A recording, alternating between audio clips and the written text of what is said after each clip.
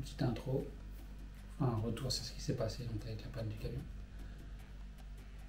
Ah, par quoi commencer? Et ben, donc, comme tu as vu, on est parti au Canada, en Montevideo, puis après, bon, pas grand chose à dire sur Montevideo, hein, on n'a pas, étant piéton, on a fait un peu le tour du centre-ville, il est resté une petite semaine.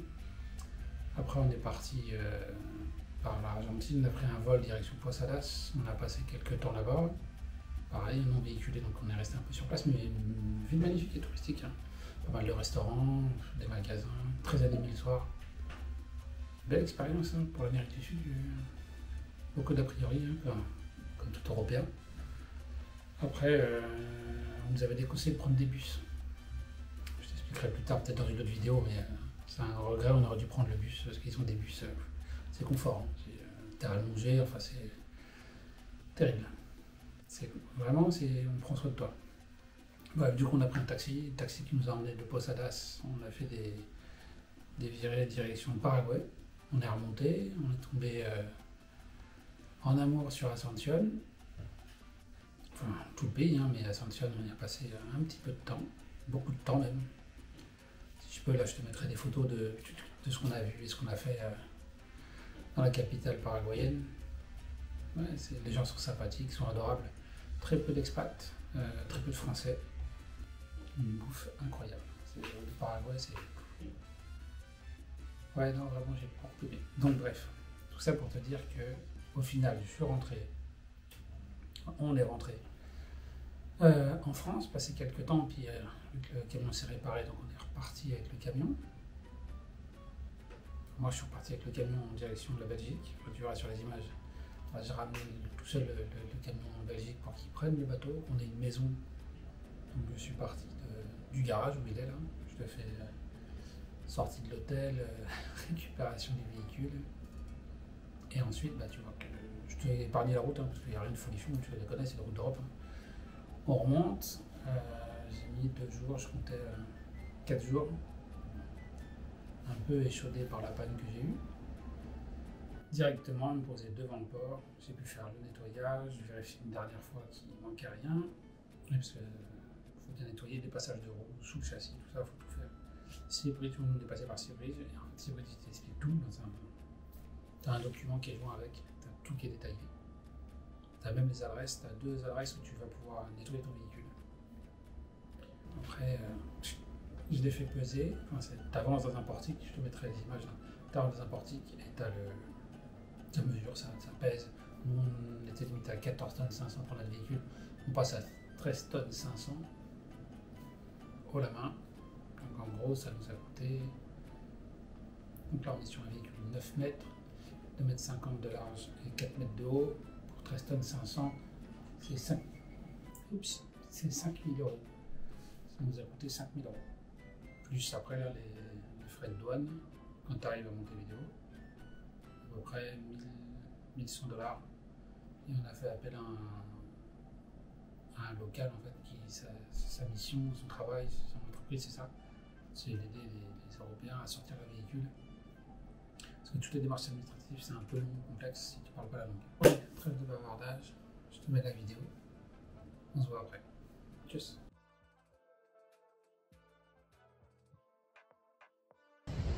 Ça c'est notre avion pour le retour en Europe.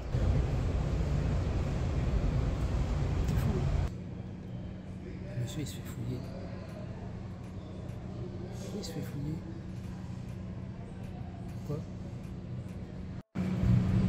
Je crois qu'il manque d'électricité, le mec il réalimente les groupes électrogènes.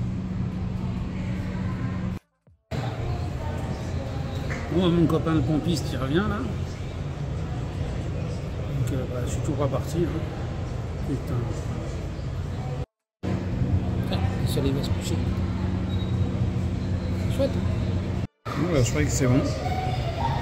Et bon, cette fois, on va pouvoir partir. C'est le grand luxe.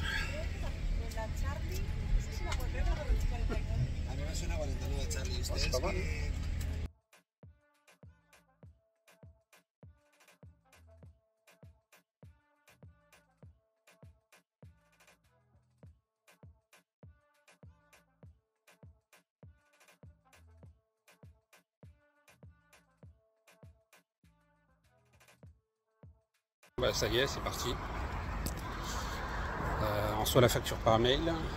Bon, le mec a remis tout ce qu'il fallait. Il m'a dit ouais, j'ai remis les mêmes liquides. Il a dû changer un flexible parce qu'il a dû le couper. Et là donc je vais je vais au camion. Je t'avoue que c'est un peu le stress quand même. Mais bon, je sais pas si je vais te la partager cette vidéo. Tiens, regarde. Je sors de l'hôtel.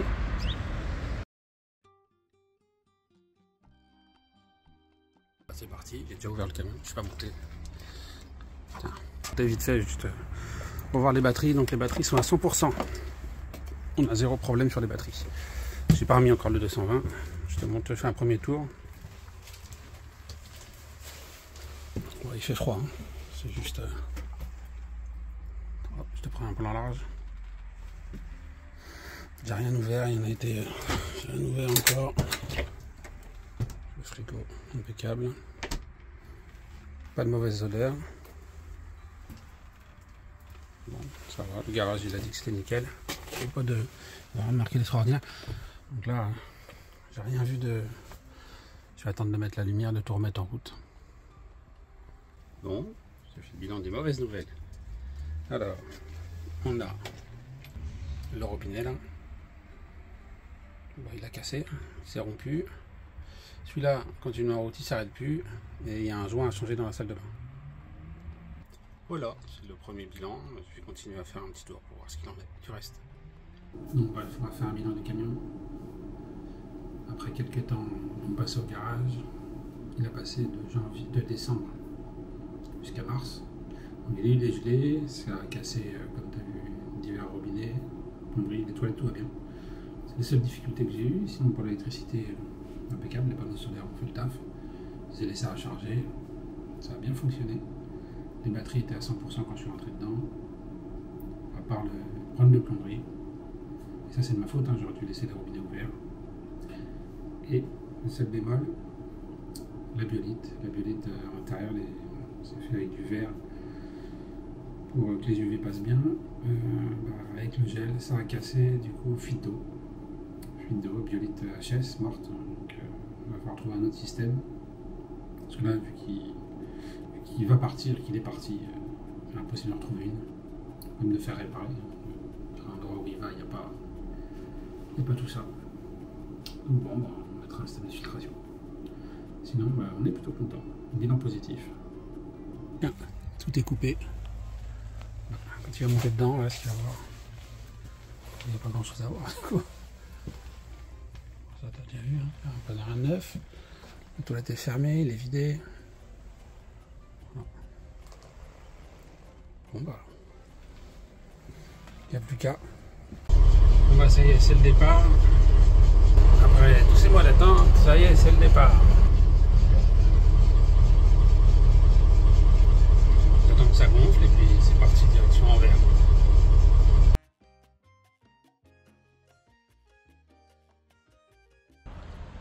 Voilà. La première vue en van life. T'en dis quoi?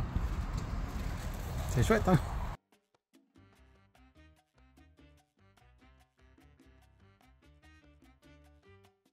Ben, je suis là, juste là, ici. Juste là, au pied du panneau. Il y a des maisons, des boutiques, c'est une artère principale, tu vois. Bon, là, il y a des bois. C'est tout, quoi. Il n'y a rien.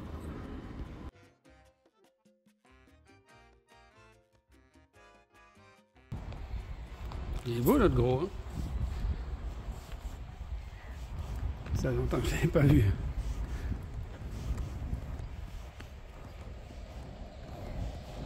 Ah, c'est chouette, hein. On retourne en Amérique du Sud, hein. Et regarde comment ça...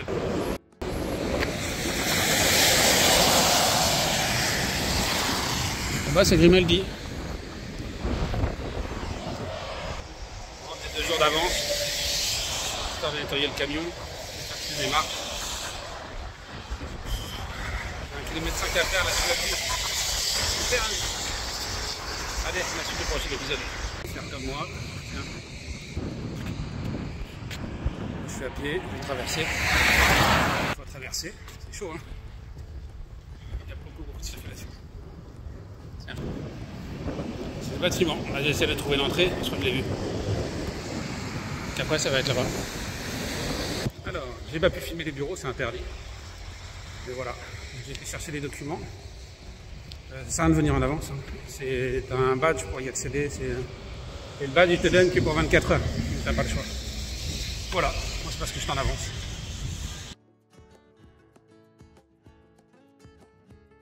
Bah, c'était rapide, hein. C'est déjà la carte. Je suis rentré, j'ai fait ma carte. Là, tu repasses voir la dame au guichet.